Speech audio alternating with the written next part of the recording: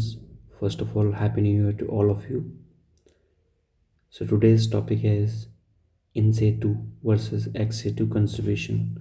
So, what is the in situ and ex situ conservation? In situ का मतलब होता है कि आप उस एनिमल को उसके हैबिटेट में कंजर्व कर रहे हो, so that is called the in situ conservation. Okay, उसी के हैबिटेट में मतलब कि you are conserving an animal in its natural habitat, जहाँ वो रहता है वहीं पर. यानी कि अगर आप फॉरेस्ट की बात कर रहे हैं तो वो फॉरेस्ट में ही आप उसको कैप्चर करेंगे. So this is called the in situ conservation. Okay, now in terms of this, then what is the ex situ conservation? Ex situ conservation क्या होता है कि अगर आपको इंस्टेंट नीड है, यानी कि अचानक आपको नीड है उस चीज़ की कि आपको एनिमल को तुरंत कंजर्व करना है.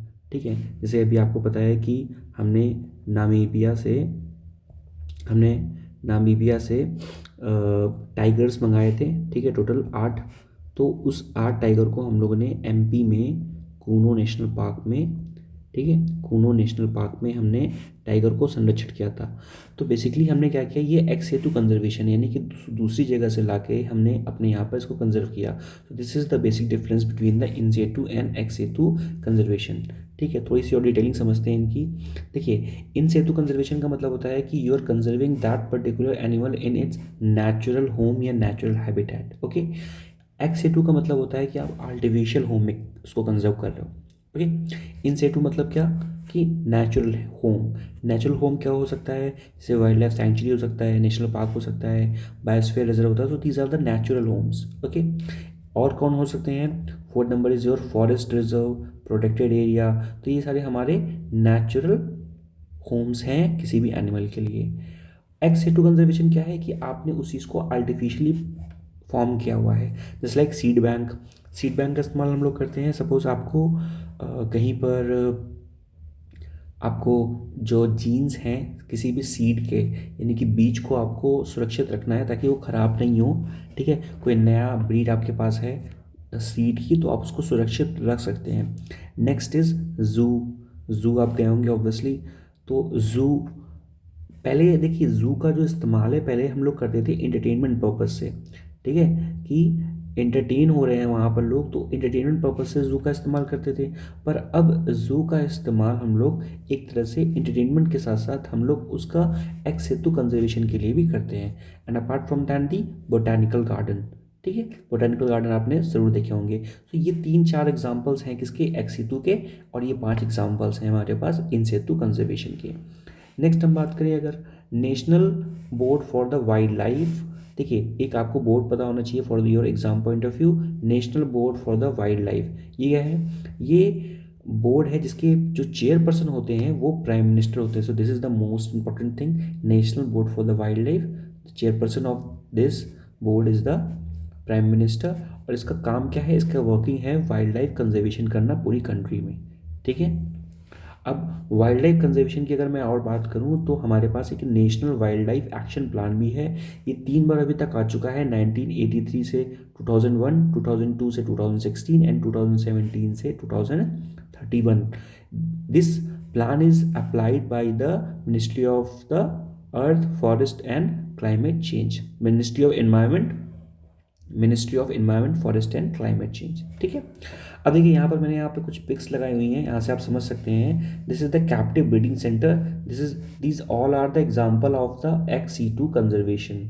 एक्स सीटू कंजर्वेशन के ये सारे एग्जाम्पल्स हैं. Okay, now captive breeding, this is the one example. Botanical garden and then seed bank. Seed bank में क्या करते हैं, जो भी अच्छी क्वालिटी के हाईब्रिड सीड्स हैं उनको हम यहाँ पर कंजर्व करते हैं. ठीक है, नेक्स्ट यहाँ पर देखिए एक्सक्लूसिव के बारे में और मेथड्स लिखे हुए हैं. जूलॉजिकल गार्डन बता चुका हूँ मैं आपको, बोटानिकल गार्डन, जीन बैंक और aquarium.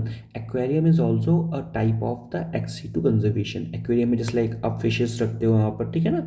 So this could be also one type of ex situ conservation. Apart from that you can count the wild life safari to.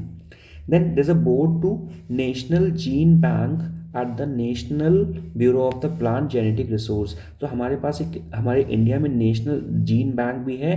What this national gene bank do, यहाँ पर हम लोग क्या करते हैं कि जो जीन्स हैं, ठीक है। रिगार्डिंग द सीड्स और एनी किसी भी चीज़ के आपको हैं जो सीड्स हैं आपके, तो उन सीड्स को या फिर उन जो भी आपकी एक हाई ईल्ड वैरायटी का कोई भी ऑर्गेनिज्म है, तो आप उसके जो जीन्स हैं उसको कंजर्व कर सकते हो।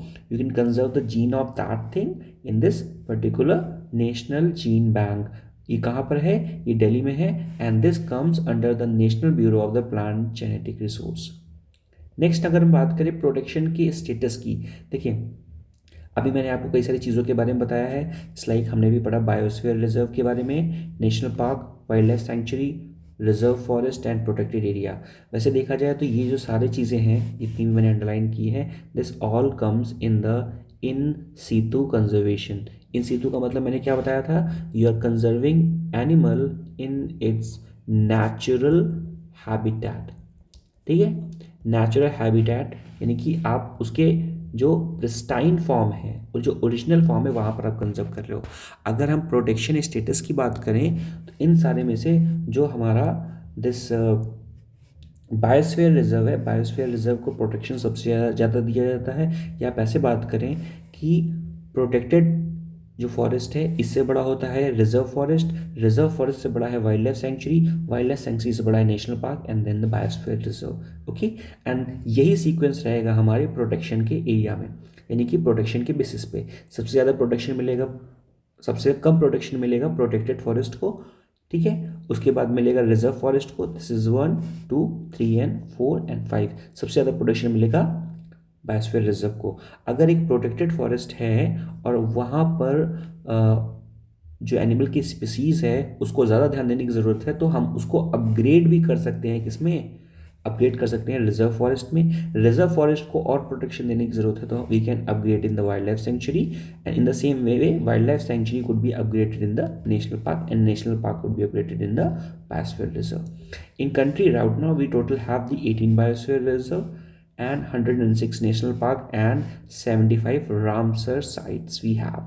ठीक है, and if one question we I also want to add कि हमारे यहाँ पर अभी ब्लू फ्लैग बीच कितने हैं, ब्लू फ्लैग बीचेस कितने हैं, तो आप यहाँ पे बता सकते हैं। अभी हमने 2 नए ब्लू फ्लैग बीच को डिनोमिनेट किया है लक्षद्वीप के। लक्षद्वीप के कौन कौन से हैं? थुंडी और कदमत। ठीक है, तो आप इसको भी याद कर सकते हैं। So this is our first 2-minute series. If you like the series do let me know in the comment section. Till then, take care, goodbye, thank you for the class.